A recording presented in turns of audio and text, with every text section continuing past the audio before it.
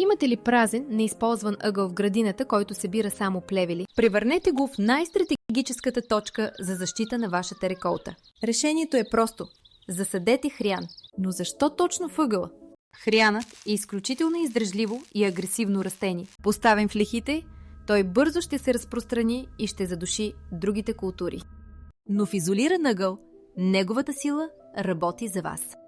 Първо, острият му аромат действа като естествен репелент, който прогонва вредители като колорадския бръмбър, листни въшки и охлюви. Второ, корените му отделят вещества, които потискат развитието на патогенни гъбички в почвата, предпазвайки особено картофите и доматите. На практика, вие създавате жива, самоподдържаща се аптека за вашата градина, която не изисква почти никакви грижи.